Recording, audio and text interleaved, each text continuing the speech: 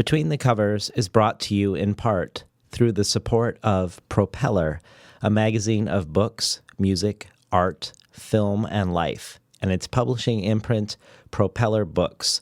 Visit them on the web at propellermag.com and propellerbooks.com or on Twitter at propellermag. Before we begin today's program, I wanted to talk briefly about a past guest, Jesse Ball, and an offer he has made to listeners on behalf of the program. I suspect many of you know who Jesse Ball is, since he was recently a guest on Between the Covers, and yet is already the second most listened to episode of all time.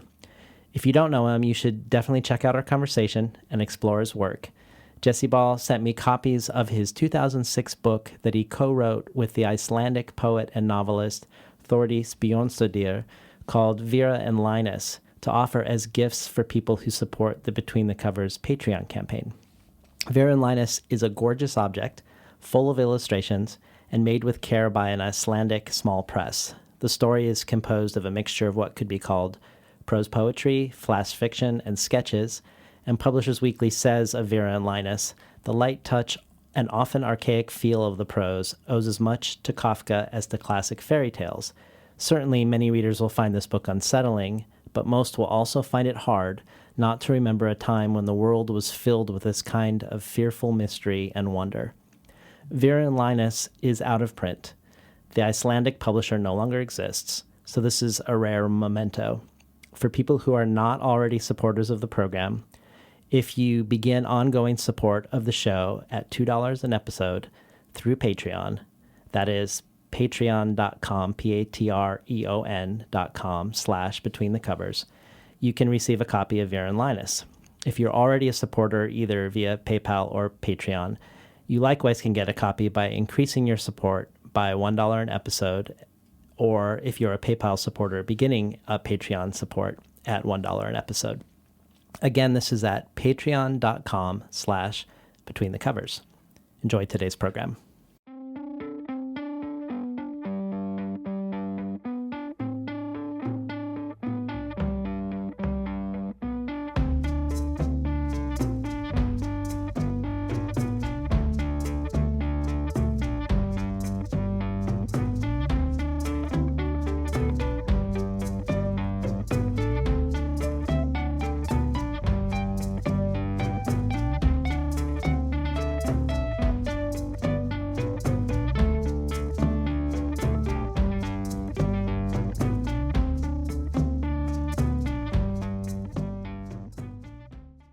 Good morning and welcome to Between the Covers. I'm David Naiman, your host.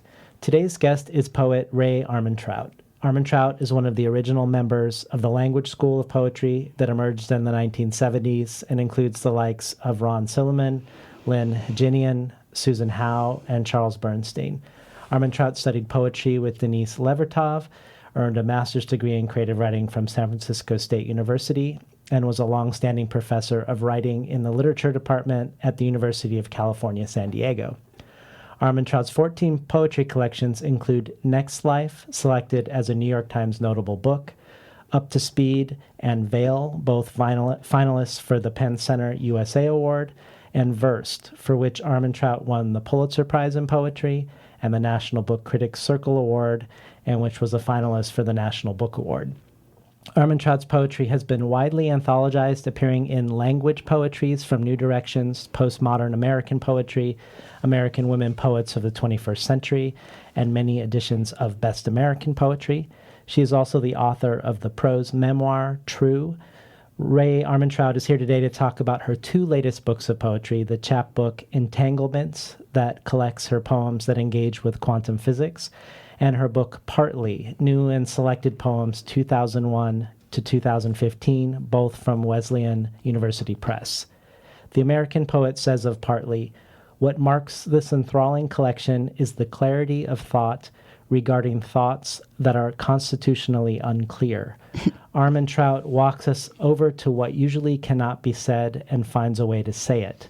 She helps us spend time with the idea of the reality of a thing being its movement rather than its substance." Steph Burt in the London Review of Books says that Armantrout reminds us that we see only what we have learned to see, what our lives and our societies will let us see, that there is no unmediated nature. Michael Robbins in the Chicago Tribune adds, for nearly 40 years, Armantrout has made a poetics of not finding the right words, of finding, in fact, the wrong words. Armantrout restores the strangeness of experiences we take for granted. And Grace Cavalieri of the Washington Review of Books exclaims, Ray Armantrout is back in town. Words are equipment, disassembled and reconstructed to not only make meaning, but to show process of meaning. Call it modernism, postmodernism, constructivism, avant-garde, or a mix. What we encounter are minimalistic, fragmentary structures that make the whole by breaking the whole. Armantrout is funny, witty, wise, and philosophical. The book is a selfie of the mind's kaleidoscope. Welcome to Between the Covers, Ray Armantrout. Thank you, David. That was very thorough. Well, let's start with your book, Entanglements, your collection of poems that more than others engage with quantum physics, both its language and its concepts. I think a lot of people might find physics and poetry to be a strange marriage. So I'm curious what draws you to it, and maybe the ways that you see specifically that they might share sensibilities, or the ways in which they diverge that are productive for your poetry. I started reading popular books on physics sort of by accident. In the 80s, I think it was, I read that book called The Tao of Physics, which a lot of people read.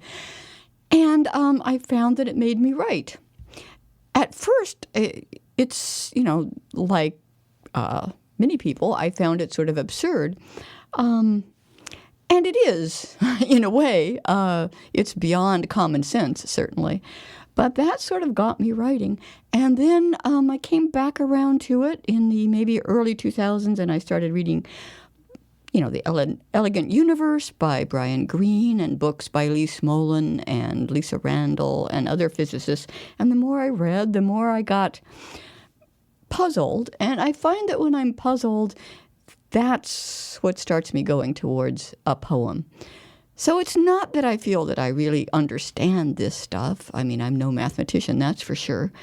But it triggers my imagination somehow, and I try to understand it as well as I can, too.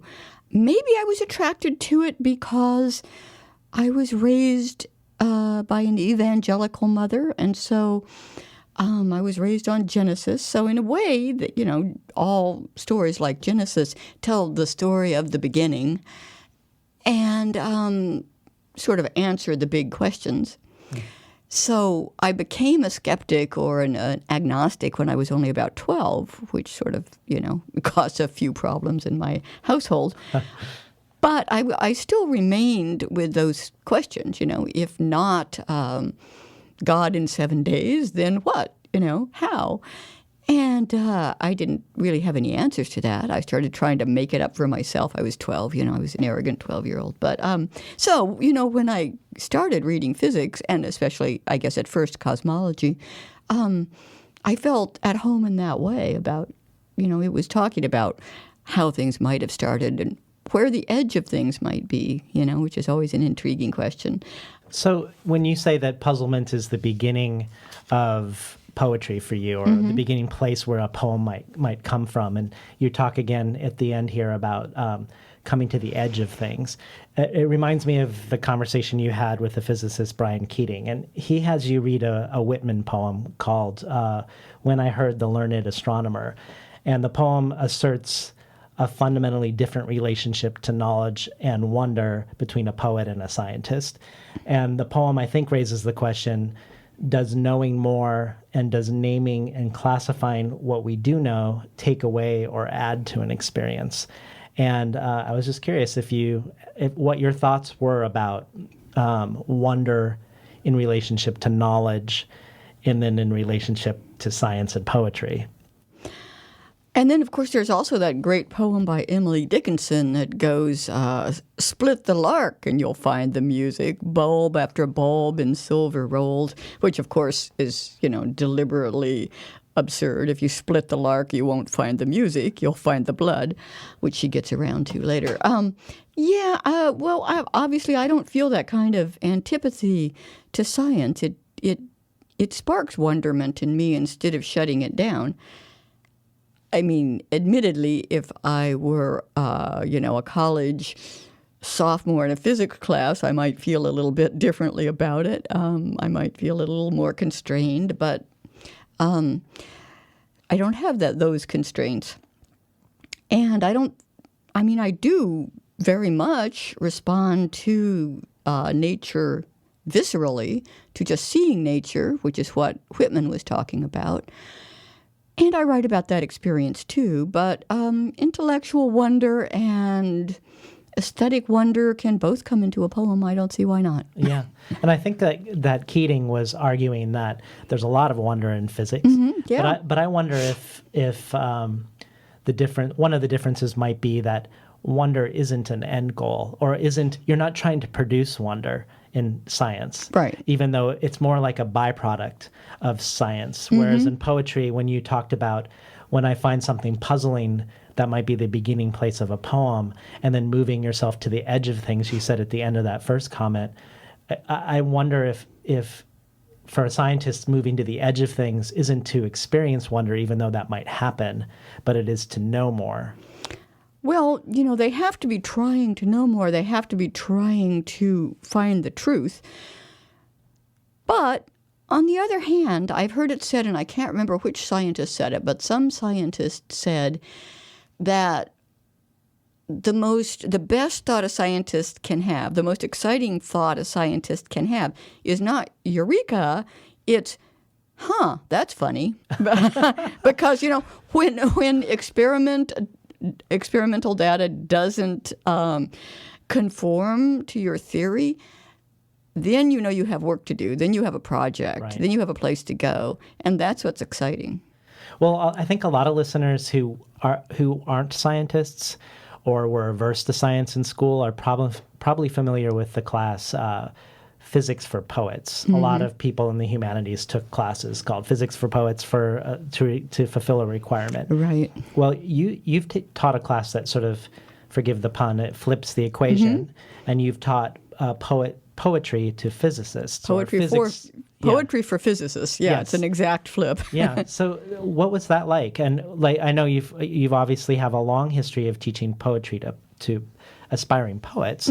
What was the experience like of having a whole bunch of aspiring physicists engaging with poetry?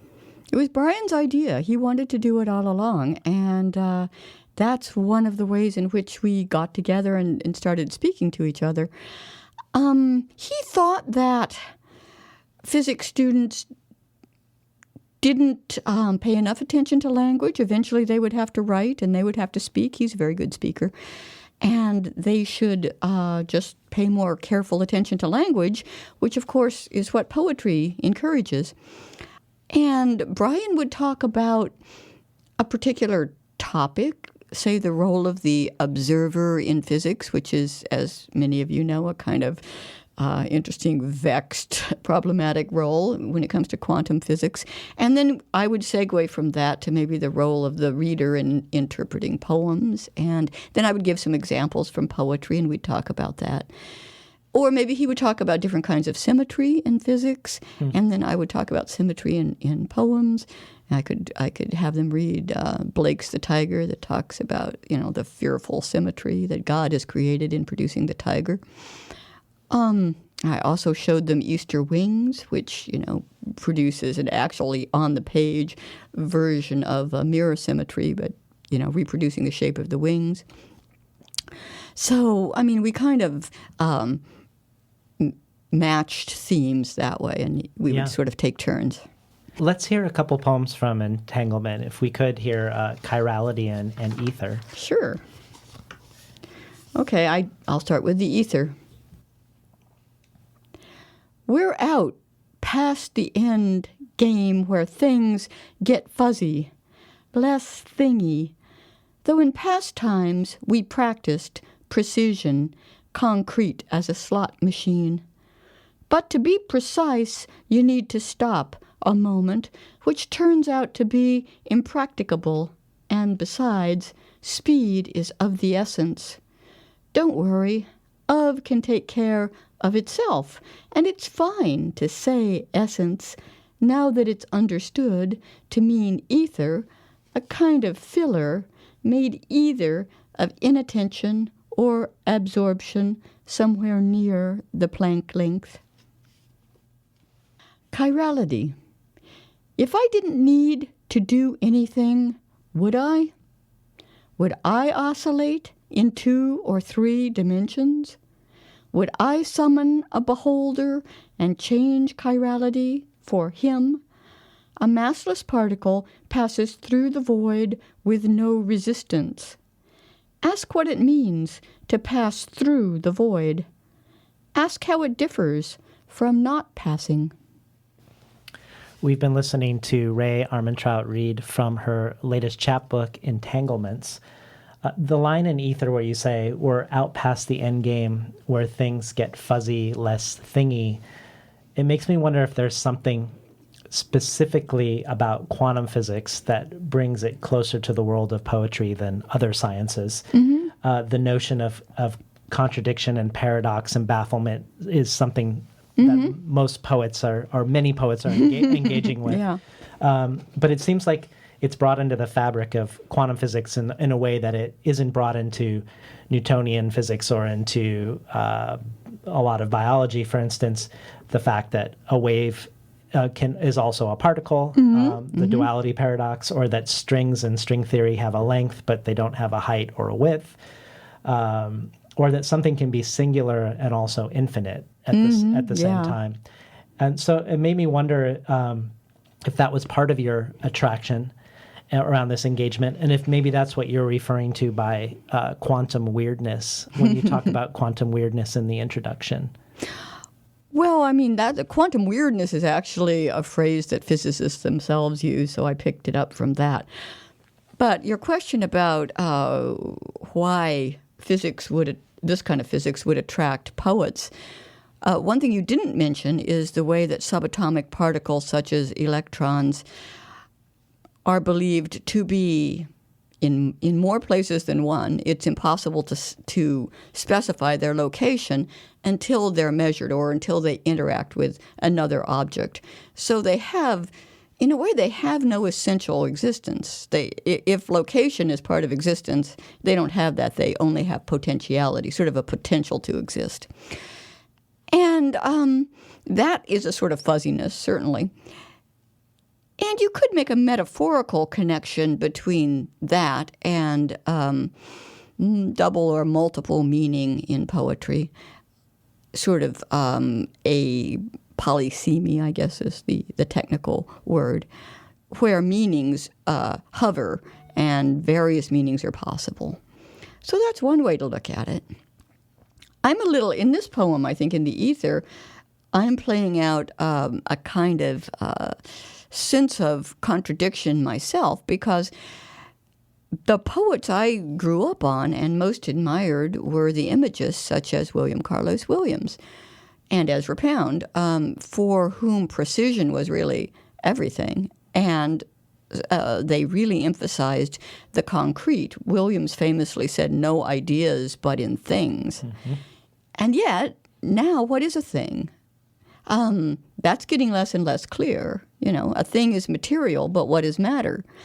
I mean, when you really the closer you get to it, the less matter there is in matter. As most people know by now, atoms are mostly empty space. And then they're made up of these subatomic particles that may or may not really be there at any particular place. So, and then as we know from Einstein, matter is equivalent to energy. So how material is matter, right? So how thingy is a thing? Right. That's kind of where this poem started. And I think that's another thing that's really interesting about quantum physics is the language seems to nod towards a metaphysics, even when it's not intending to. You have the line, we're out past the end game, and what does it mean to pass through the void in your poems? Mm-hmm.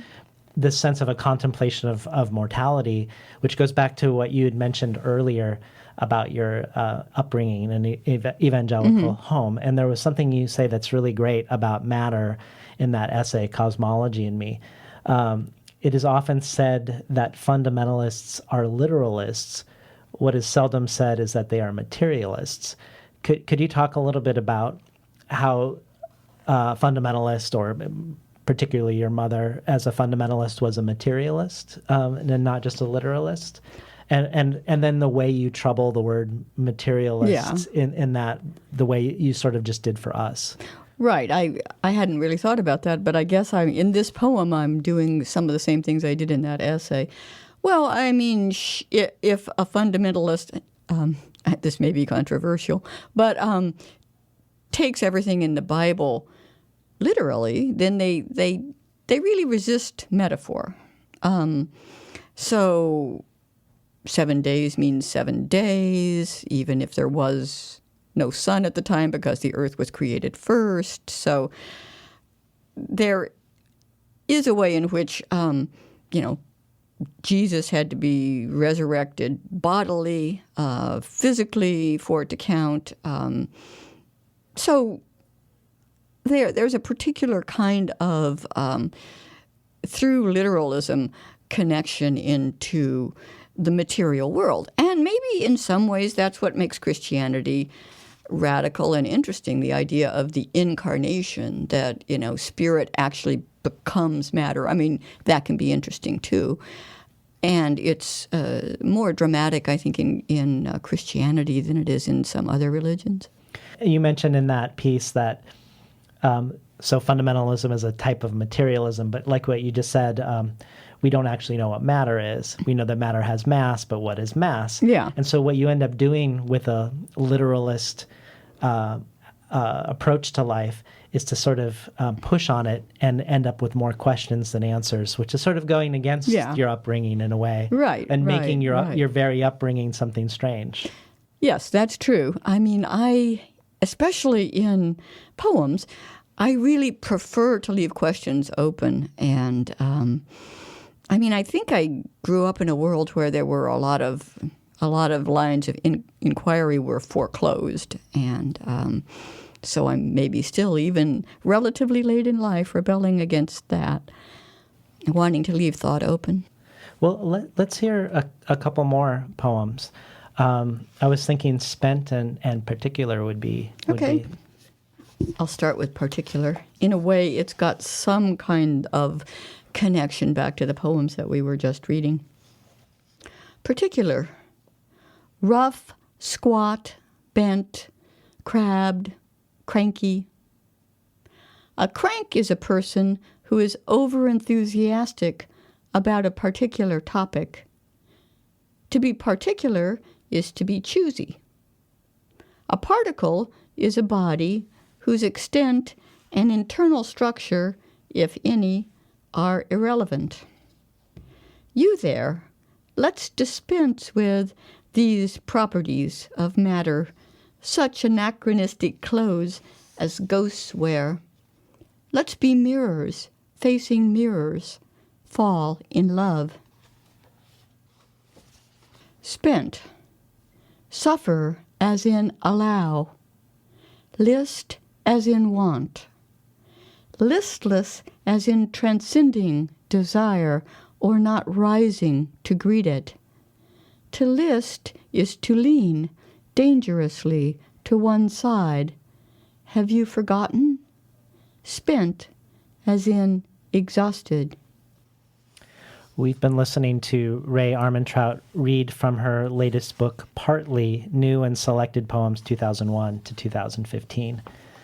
Another way that your poetry intersects with science and metaphysics in a less explicit way is around the nature of self. It seems like both in philosophy and in science, there's a division with regards to whether a self exists beyond the constructed self. But before we go into the ways your poetry plays with the constructed self and destabilizes the constructed self, I was curious if any of your science reading was science reading about the nature of self. Mm-hmm. Or it is? Yeah, I've branched out from physics into biology and neuroscience and, cognitive science, which is fascinating. Yeah. And so I know, I don't want to sound like I know a lot, but as many people do, that working memory is very short. So, what can possibly be in your conscious mind is very limited. And there's a lot more going on in your brain and your body than you can ever be aware of. And yet most people identify themselves with, this little flashlit area of consciousness. And I don't mean to say that that's not important, but it's also a kind of contrivance, I guess. It's a user illusion, that's a term from computer science, I think, right? The user illusion is how the user of a computer interfaces with the computer. Some app comes up, some icon comes up, you click on it. You have no idea what's going on actually in the computer. I mean, most of us don't. Well, it's kind of like that with our relationship with the world, too, the way our brain reacts with the world and with itself. I mean, we're all I hate to only say that the self is a social construct, because I think there's more to it than that. I mean, we're biologically composite.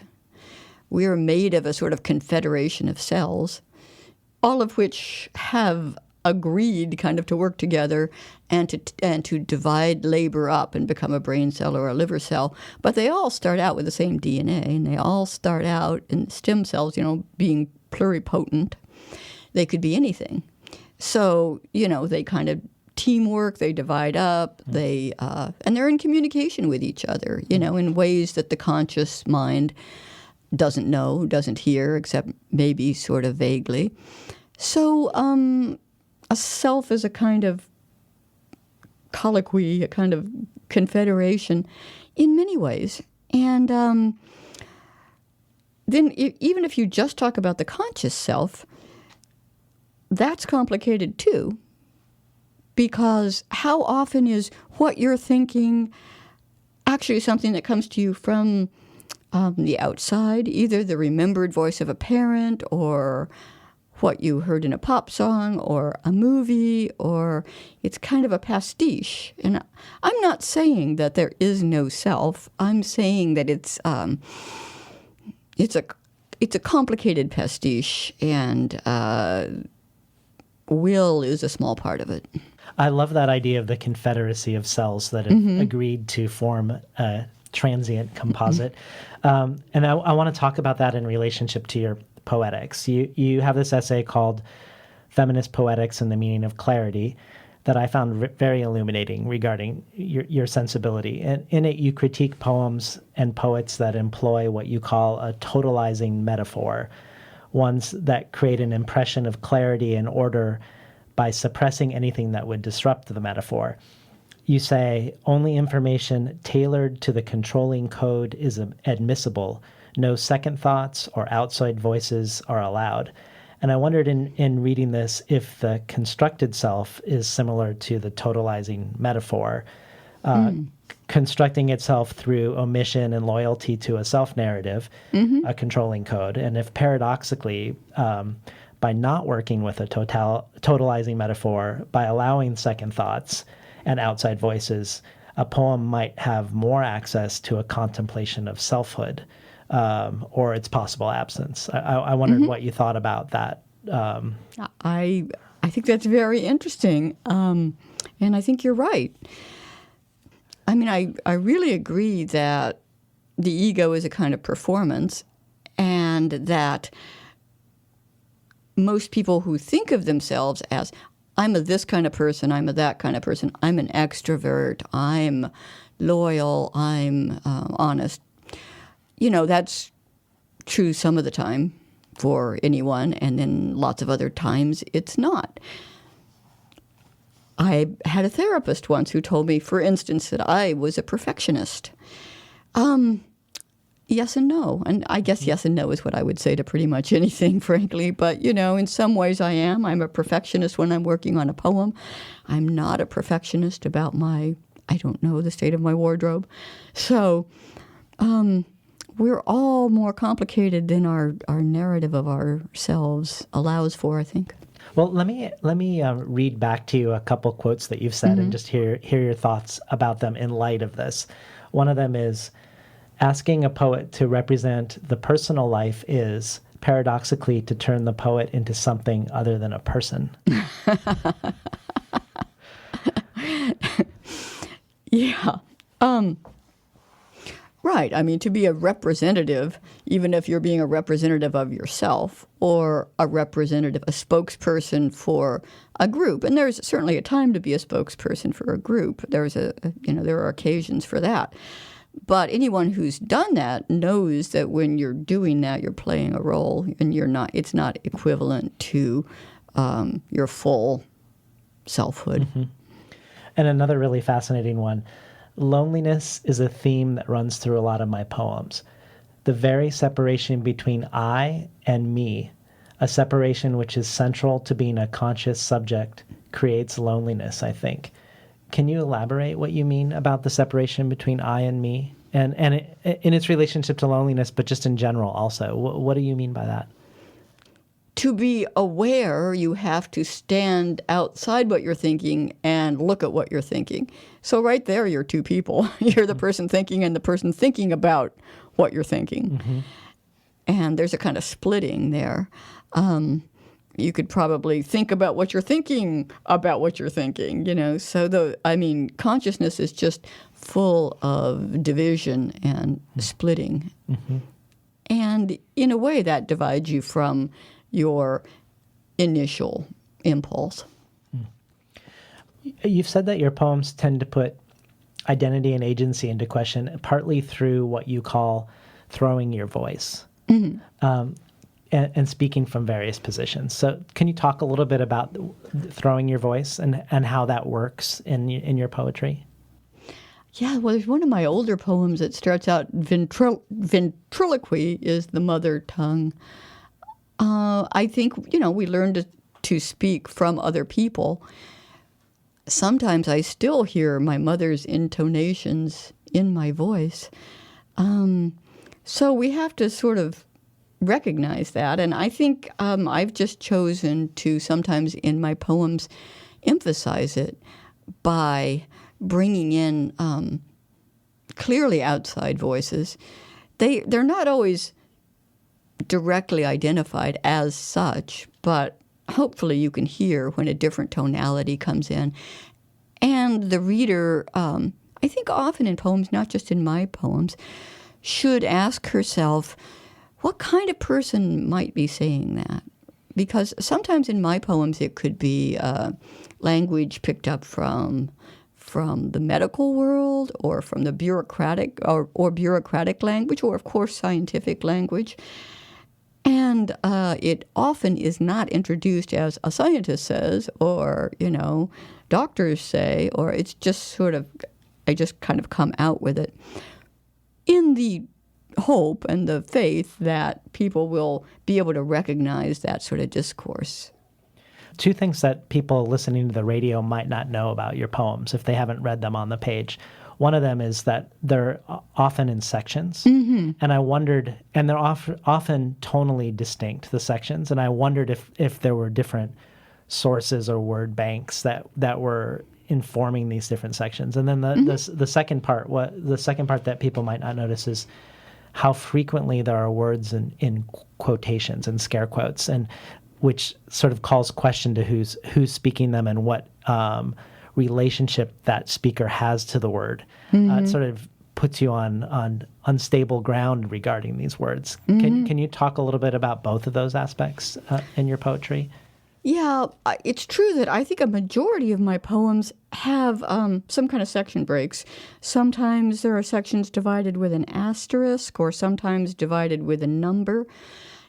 And or even if there isn't that kind of device, there will be a sort of logical leap between stanzas and between sections. So the poems are full of spaces.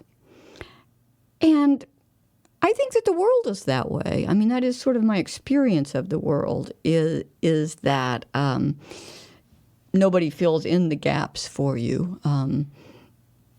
Nobody explains cause and effect for you. We're often just left with this impression and that impression. We have to figure out how to connect them, and we do. So I think I maybe duplicate that in my poems because that's what seems authentic to experience to me. I mean, there is, in fact, no narrator in, I think, any of our heads who says, now I am walking out onto the porch, now I am sitting down, now I see a plane in the sky and I have this thought. Some people write that way, but, Right. I don't. I just say what the thought about the plane was. I mean, that's an arbitrary example, but... Well, you've said before that narrative is as natural as a sonnet, which I think is a good way to bring that in. And you've also mentioned in that same essay, the feminist poetics sort of speaks to something that you just said, because you redefine for us and make strange again the word clarity. And you're talking about an essay of Lynn Haginian's called Strangeness. And you say that clarity does not need to be readable because the world itself isn't readable. If we really think about it, the world is not, the first thing we think about is not necessarily readability. But I wondered, when you say in this essay that you look for a different kind of clarity, one that is not about control but about attention, and you describe it as one where the sensorium of the world can enter as it presents itself. It makes me think of science, of like an empiricist. Do you see that in the way that you're trying to most clearly represent what your experience of the world is?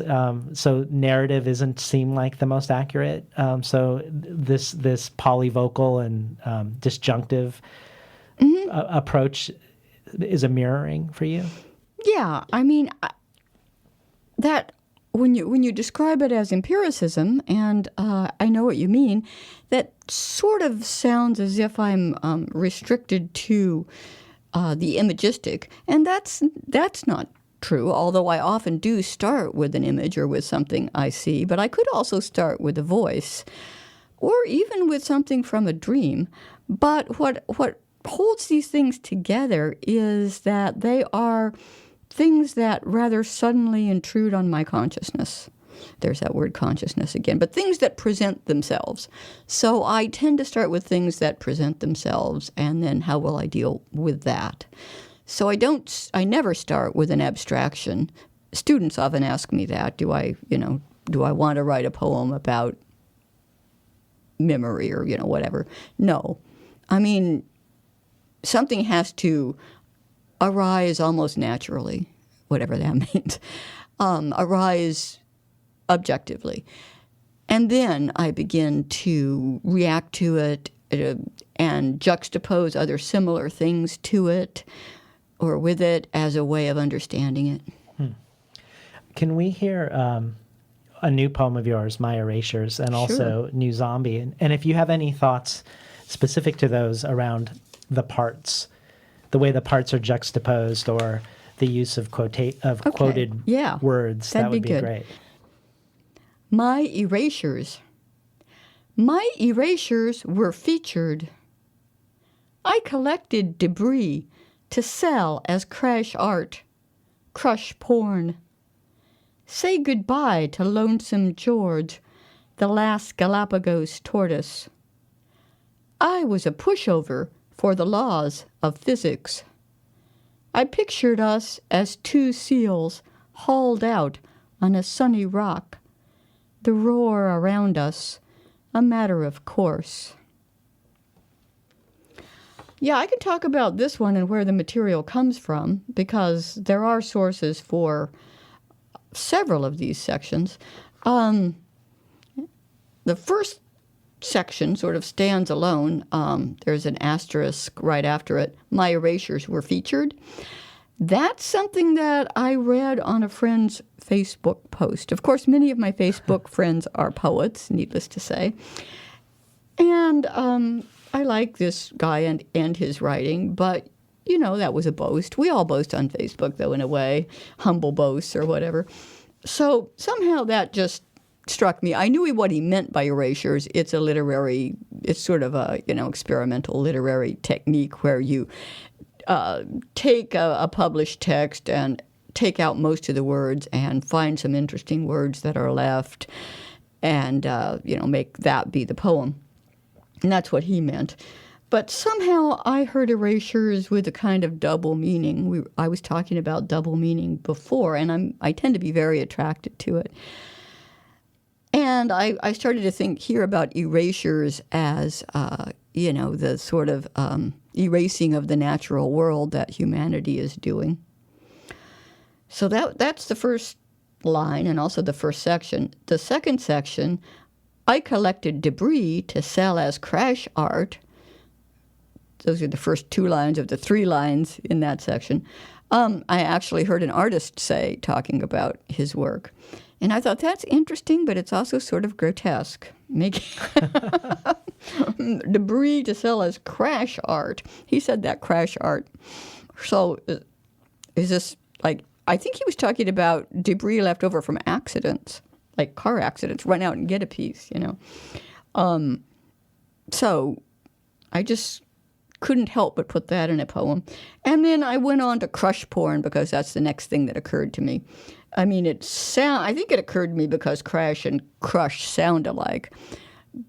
But shall I say what crush porn is? Or do people know? Or do you not want me to say it on the radio? I have no idea what it is.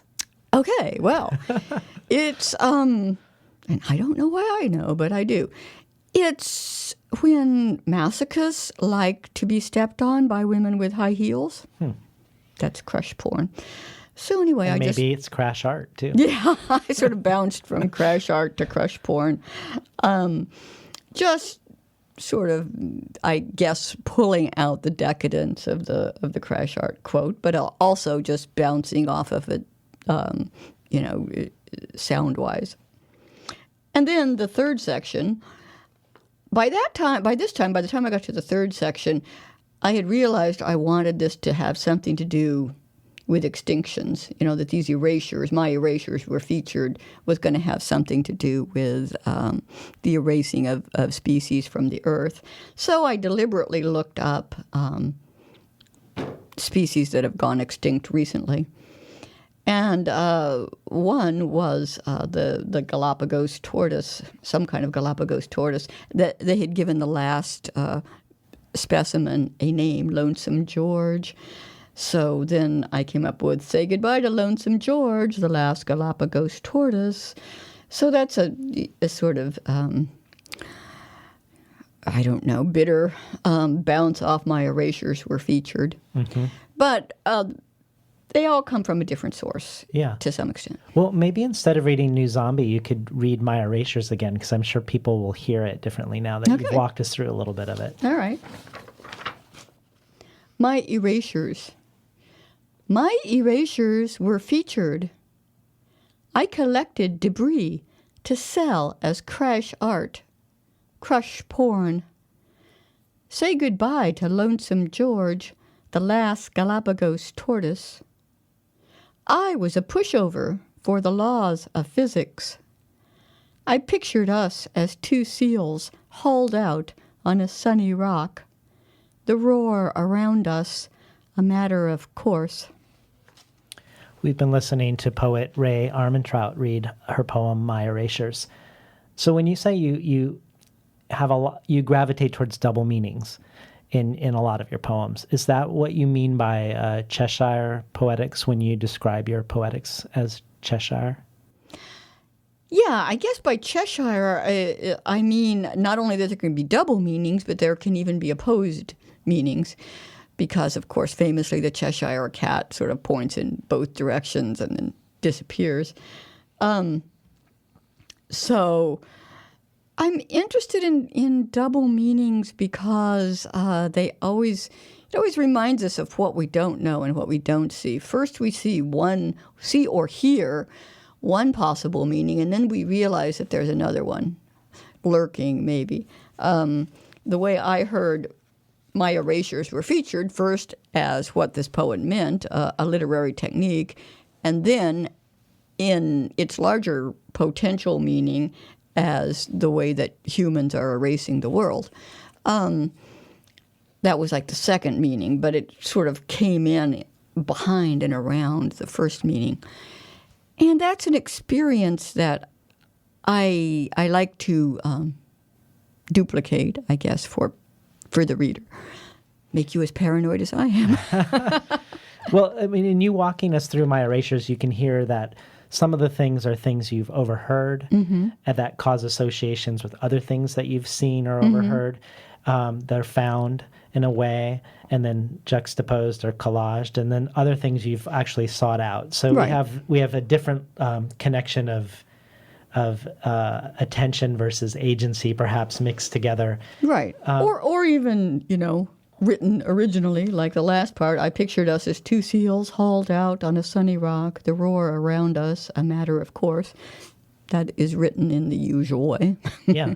Well, you've said it may be that you are most sincere when you're posing questions and least sincere when you're making assertions. And I was curious, do you see the assertions that you make as the outside voices farther from self, and that they're more imported, even though we would normally think of an assertion as very close to self, and that the inquiries are closer to you? I guess that's true, but I just want to also add that I don't feel all that distanced from the speaker in my erasures. I mean, in a way, I'm satirizing the statements, the positions, such as my erasures were featured, but I don't really stand apart from that speaker because I'm part of humanity, and humanity is destroying the natural world. So, in a smaller way, I also might say something like, my erasures were featured in such and such a magazine. That's not an impossible remark for me to make. I'm a poet, too. So it's not like I'm just saying, the person who originally said this is a bad guy. I mean, I'm implicating myself and the rest of us as well, at least I hope. But in some poems, you do have outside voices, which I think are more clearly not you. And I wondered if this question of sincerity and assertion versus inquiry is where your poetics and a sort of politic cross in your work. And what I mean is that there's a politics in valuing attentiveness over assertion to begin with, but also if the assertions that you make using thrown voices that are possibly farther away from who you are, that are less sincere, if you are interrogating these assertions, and if that is partly what you mean when you say that your poems aim to undermine a voice of social control. Yes. Maybe I'll read my poem Mother's Day. That really has a lot of sort of almost parody of social control in it. And it also speaks in a voice that's definitely not the way I usually speak. Mother's Day. I wring the last sweetness from syllables and consume it before you. I make sense like a scorpion, and the sun will be smitten. If I appear to address you while quoting an old text, I am indistinguishable from nature and therefore sublime. If I reveal myself mercilessly, what will I not transcend? Like God, I will leave an arc of implication. Can you speak to certain lines or certain voices that came to mind? Well, this voice in Mother's Day is before I tell you what some of the sources of it are, you can tell, I think, that it's a very self-confident, autocratic, really, voice. It's a sort of threatening voice. It's a voice that has no shame, right? I ring the last. You don't know at first who this I is, but it's clearly not me. I wring the last sweetness from syllables and consume it before you. I mean, this is a tyrant, right? Right. This is a tyrant speaking. Let's hope it's not you. Yeah, maybe it's part of me. It's interesting that it's called Mother's Day. I really couldn't tell you why. That just occurred to me, and I couldn't get the idea out of my mind. But when I say, if I appear to address you while quoting an old text, I am indistinguishable from nature. Well, I was quoting an old text to some extent here. I was reading Revelations, and some of the lines the part about the scorpion and the part that says, and the sun will be smitten, that's from Revelations, right? So in a way, I'm kind of playing God here, channeling God. And except since it's called Mother's Day, one pictures, I think, probably a female speaker. So I'm just trying on the robes of absolute authority there to see how they fit or how they sound coming from a woman. Well, you've also said, it's to just continue this line around a possible politics. You said that the poetry you value reproduces our conflicts and fractures, and yet is held together in the ghost embrace of assonance and consonance, in the echoed and echoing body of language. And I wondered if that ghost embrace, if that holding together, or that the cohering of oppositional forces, is a modeling in a way of a different of a different way a society could be. And I don't know if that's a bizarre way to look into. No, it could be. I mean, that would be a kind of benign anarchy, I guess. A sort of a willing associational group coming together that's unforced. Mm-hmm. Well, speaking of of collectivity and ghost embraces, you're part of an ongoing project called the Grand Piano, an experiment in collective autobiography. Can you talk about what that is? What is the project, and what do you mean by collective autobiography? Well, the project is complete. There are 10 volumes of it, and it was written by 10 authors who were associated with the so-called language poets in San Francisco. When I was in my 20s, I lived in San Francisco, and I became friends with these people, such as Lynn Haginian and Ron Silliman and Bob Perlman. And it was Barrett Watton's idea, actually. He kind of organized it. He was part of that group, too. And we wrote mainly about the years between, say, 1975 and 1985, as we remembered them from our perspective. So each of us, in each of the 10 volumes, there's a sort of a loose theme, but it's not very directive. And we each take it up from our own memory and our own experience and write a prose piece about it. So in that sense, it's a collective autobiography. In mine, sometimes mine slips out of the past tense, and I write about things that are going on in the present as well. And I even wrote 2 poems for that ended up in the books, and then in those books, and then later in my poetry collections, because apparently I can't write prose without slipping into poetry. But if you know, for those of you who know that book by Virginia Woolf called The Waves, it's a little bit like that, with all of these overlapping voices coming in and telling what is at least partly the same story, but also a differing story. And when you're writing your part for a given volume, are you aware of where it's placed? Are you writing in relationship to the pieces on either side of it? Yes, we would know who would be before and who would come after.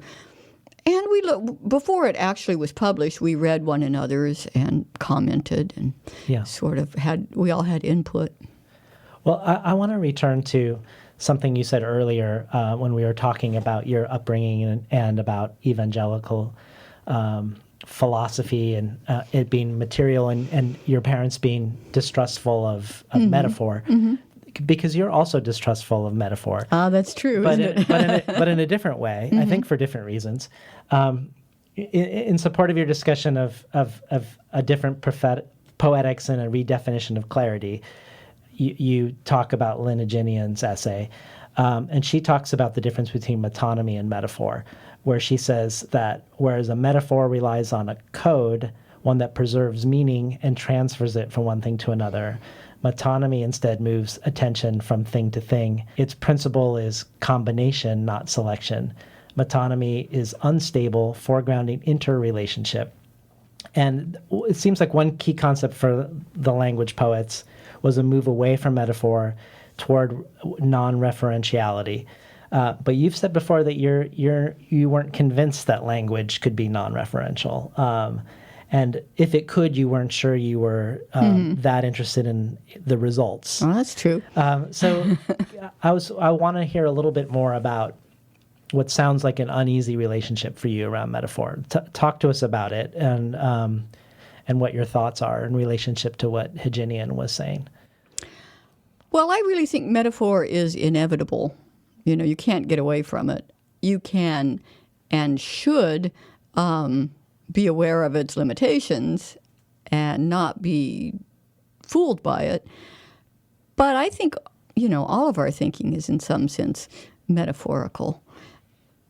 It's embedded in language, and it's just something that it's natural for human beings to do. The sort of dark side of it is that in metaphor, one term kind of subsumes the other term. So, one self gets mapped onto another self, which is hierarchical in a way that can be bad. Well, Steph Burt, when they were reviewing your book, was talking about the latest cognitive science, and I'm guessing you probably read some of it about what you just said, that metaphor is a fundamental part of our sort of ordinary conceptual systems, and they're called small spatial stories. So such as we make room in our schedule or to move up in the workplace. These are inevitable spatial stories. But you seem to, instead of avoiding metaphor, sort of exaggerate the metaphor to point out the story that's in it, the story that seems invisible and maybe is mapping and erasing. Yeah, I think that's true. In order to question it and sort of pull it apart a little bit. Some examples of that could be the poem Accounts, which tries to deal with physics by coming up with sort of crazy metaphors, or Integer, which deals directly with metaphor. Yeah, to some extent. Let's have you read Integer now. I think this would be a great time for it. Okay. I think I'm just also going to say before I start that a lot of my work seems to deal with unity versus fracture, and metaphor tries to unite things. So anyway, with that said, and there are different voices in this too, so it hits on a lot of the themes of our conversation. Integer. One what? One grasp? No hands. No collection of stars. Something dark pervades it. Metaphor is ritual sacrifice. It kills the look-alike. No, metaphor is homeopathy. A healthy cell exhibits contact inhibition. These temporary credits will no longer be reflected in your next billing period. Dark meaning not reflecting, not amenable to suggestion. We're listening today to Ray Armantrout read from Partly New and Selected Poems 2001 to 2015. When we talk about the totalizing metaphor and the stable self, and perhaps putting Newtonian physics on one side, and metonymy and polyvocal unstable self and quantum physics on the other side, it sort of returns me back to your conversation with the physicist Brian Keating. And at one point he was talking about the role of aesthetics in science, how some scientists thought that elegance in an equation was more important than whether the equation was correct. And then the two of you even discussed the belief that if something were elegant, that it might be more likely to be true. And this made me wonder about different types of poets and different readers of poetry, in the sense that I wonder if people who are striving for a controlling code, for a stable self that carries them from the beginning to the end of the poem, were possibly striving for elegance, if they were striving for a balanced equation, even if the equation wasn't true. Well, that's an interesting idea. Yeah, it was Paul Dirac, the famous physicist Paul Dirac, said that it's more important to have beauty in your equations than for them to conform to the results of experiment, which is, he believed that the experiment could be wrong, but beauty could not, which is a lot like Keats, right? At the end of Ode on a Grecian Urn, truth is beauty, beauty, truth. And Brian was skeptical of that, and, I guess I'm skeptical of it, although I think that if so many scientists or so many physicists especially seem to feel that way, they seem to feel that when their equations have what they call beauty, which is really something to do with not only balance but maximum simplicity, that then they do turn out to accord with nature more often than not. And then they'll even say kind of metaphysical things like nature finds the simplest, most elegant way. So that's a kind of faith. There's a way in which physics, as opposed to biology, which is messier, as is cognitive science, physics gets sort of accidentally slides into, a sort of mysticism, I think. Well, when you talk about maximum simplicity and elegance, one might think, hearing about your poetics, that you have a poetics that's polyvocal with the juxtaposition of tonally disparate language with an unstable self, that you might by necessity be a poet of the long line, or at least a poet that has more of a maximalist and verbose tendency. But you are really known for compression and concision. And I wondered why that was. And when you said maximum simplicity and we're talking about elegance of equations, I wondered if it was somehow related to that. Well, of course, when I started out, I didn't really know anything about physics when back in, whenever I started, way back. But back then, I think I was drawn to really minimalist poems, too. I started reading Zen koans. I started reading the haiku poets like Basho and Issa. And I was very drawn to that kind of work, and to Williams, as I mentioned before, and his very short poems. And those were my early inspirations and just what I was kind of naturally drawn to. And I still, even if the poems are internally complex, want the lines and the expressions to be as condensed and compressed as possible. I think there's a lot of kind of, the more you can compress something, the more energy you can get into it. And that's almost like a physical idea, too. Yeah. Marilyn Robinson recently wrote in the New York Times about Emily Dickinson, one of her favorite poems of hers called "The Brain is Wider Than the Sky." Yeah. And it reminded me of your poetry, the way she described Dickinson. And she says, one of the things I love about Dickinson is the way that every time I read her poetry, I feel as though I'm encountering it for the first time. It has a reserve of meaning that seems to open very slowly over a long series of readings. Part of that is due to the extreme compression of her poems, which strip away everything inessential, greatly magnifying the potency of each individual world. She puts an extraordinary pressure on language by her parsimoniousness. And I love that idea of reserve of meaning. And I think in the way that Robinson's talking about, there is that reserve of meaning in your poems, but there's also another level of reserve of meaning in that you are often using words that have a surplus meaning. I try to, yeah. You do. That's what interests me. And Dickinson is my favorite. I mean, I've been talking about Williams, and I love Williams, but I feel, companionable with Williams. With Dickinson, I'm in awe of Dickinson, really. And can you talk about words with surplus meaning? I think when you read Spent in particular, we get that sense of you using surplus meaning as a motor through a poem. I'll read Spent in a minute, but let me talk just a little bit about integer, because I can talk about that question there too. The third section of integer is actually a quote from my phone bill. But I found, or I thought I heard, surplus meaning in it. it goes, these temporary credits will no longer be reflected in your next billing period, which sounds sort of threatening. Very threatening. And especially I hope, in the context of the poem, which is, building off metaphor is ritual sacrifice, and then a healthy cell exhibits contact inhibition. That's technical language from medicine.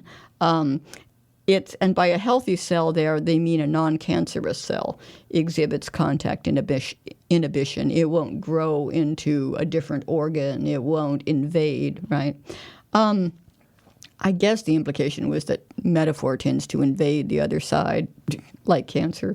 That's a metaphor in itself, though. You cannot escape from metaphor. But, so I pick up a bit of medical language. A healthy cell exhibits contact inhibition. And then I bounce into this quote from the phone bill about these temporary credits no longer being reflected in your next billing period. Well, of course, what that literally means is pretty simple.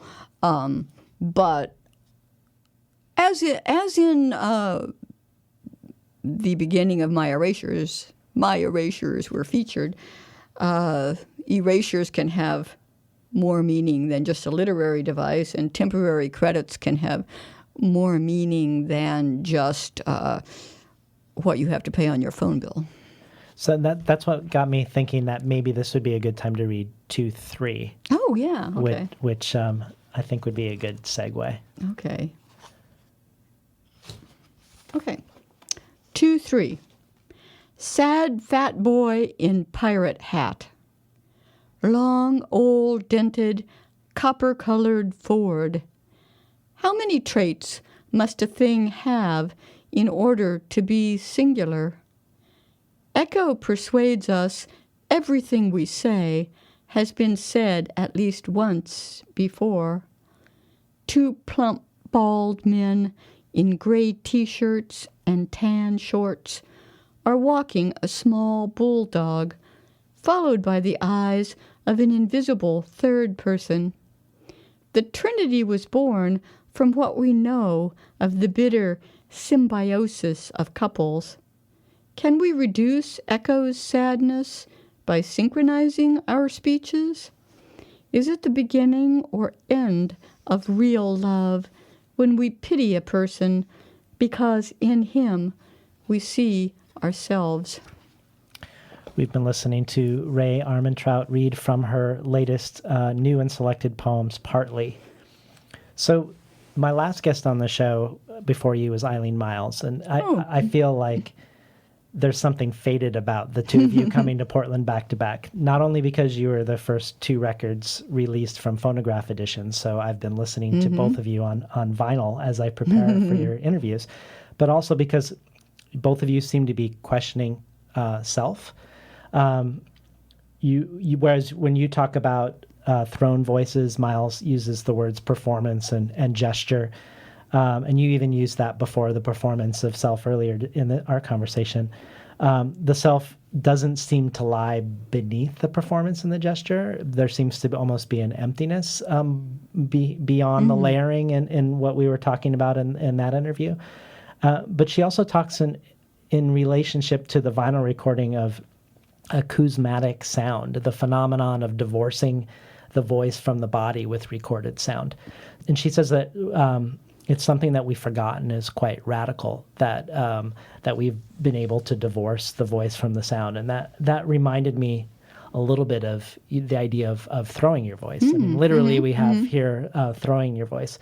But I was hoping you could talk a little bit about the experience in general of reading your poems, of hearing yourself read your poems, and then also more specifically about this process of putting your poems onto a record. I enjoy reading my poems. I mean, I read them aloud to myself as I'm composing them because sound in a poem is actually very important to me, the acoustics of it. Sometimes I think people don't know that about me, but it's true that something can just, really sound right to me or not. And that can be sort of the deciding factor in what I will write next, what the next line will be. But I don't like to hear myself read, which means that I've actually never heard the record conflation. For one thing, I don't have a record player. But for another thing, even with, podcasts, I will never listen to this. If this is a podcast or a radio broadcast, I will never listen to it because, and I imagine this makes me different from Eileen, I get very sort of shy and grossed out by hearing myself. I think it would make me so self-conscious that I wouldn't be able to do it anymore. So your therapist called you perfectionist, you said, right? So the fact that you had to open the door partway through the recording of the album, Conflation, because it was too hot out. And then we as the listener can hear, and you as the recorder can hear the wind chimes and an occasional passing car. Was that something that bothered you? Or is it some way, because it feels in a way like it dovetails nicely with your aesthetic of allowing in the happenstance, of allowing, this would be like found material that becomes part of the poem. But how was that experience of recording and doing that? That didn't bother me. I liked hearing the wind chimes. I guess passing cars could be a problem, but I don't think so many passed that it became a problem. So I thought that was a sort of interesting transition, and it gave maybe a sense of context. So no, that didn't bother me. I wouldn't really agree that I'm a perfectionist exactly. You've said that your work is oral, A-U-R-A-L, that it doesn't please you until it sounds right, but that you also recognize that we sort of conflate when something sounds good, that it also sounds true. Are you playing with that tendency that I think humans have? If it sounds good, we believe it. Yeah, sometimes I am. Sometimes I will deliberately make an assertion or a statement that, well, not that's clearly wrong, but that might be wrong, but that sounds right. Because that's often how we're deceived. We're simple alliteration can make something memorable, as advertisers and politicians well know. So I know you are less physics focused now. Is that true? That you're moved on to reading about other sciences? And if so, how is that affecting the work that you're creating? Yeah, it's not that I'm not interested in physics anymore, but I feel like I've almost worked through what I can possibly understand there. And I don't think I have a new focus that's quite as intense as that focus, but I have been reading biology and genetics and such to some extent. And I think that's getting into my new manuscripts. My next book is called Wobble, and that's coming out next year. And now I'm working on one that's called End Quote. But I don't really have those poems with me, so I can't refer to them. Yeah, but you're saying that maybe neurology or biology are informing some of the language or questions. And do you have any thoughts on the way that sort of changes the tilt of your poems versus a physics infused one? Well, I'm still gravitating towards the edge of what I can understand. And with consciousness studies, really, it's still pretty much up for grabs. Experts don't agree. So there's lots of, sort of puzzlement to go off of there. I think with biology, there's in many areas more certainty, but people still wonder about the origin of life and how life could have begun and what the early cells were like. So that's one thing I like to read about. It's definitely true. The more you go back to the transition from not living to living, the stranger and more vague biology seems to get. Yes. Yeah, thinking about what is living. And then you get into the same thing with viruses, which, of course, still exist in abundance today. But are they alive? In some ways, they act as if they are. They reproduce. In other ways, they act as if they're not. They don't eat. They don't metabolize. They're sort of zombies. We referred to my poem, "The New Zombie." Well, there's a reference to viruses in there, and probably I was reading something about biology then, although I don't remember for sure. Well, maybe we can end with that poem Okay, if you'd like to read it. All right. I mean, this is not all about viruses. They just come in, as if you've been listening very long, that's how my poems are. Okay. The New Zombie. I stare at a faint, spinning disk in the black, endlessly, ready to pounce. I actually say I'm so sick of zombies. Viral relics in the genome, genes that switch themselves off and on, unthinking but coordinated. Zombie surfeit, half-off zombie, the best zombie imitation, invisible zombie hand. It was great having you on Between the Covers today, Ray. Thank you. It was fun being here. You had such good questions. We are talking today to the poet Ray Armantrout about her latest 2 books, the chapbook Entanglements and Partly New and Selected Poems 2001 to 2015. You've been listening to Between the Covers. I'm David Naiman, your host.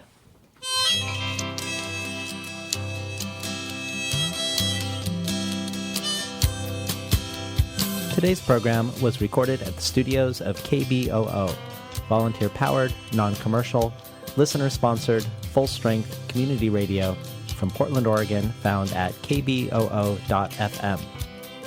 If you enjoyed today's program, consider supporting the show by going to patreon.com/betweenthecovers. And also while you're there, check out the growing archive of bonus material available. Thanks for listening.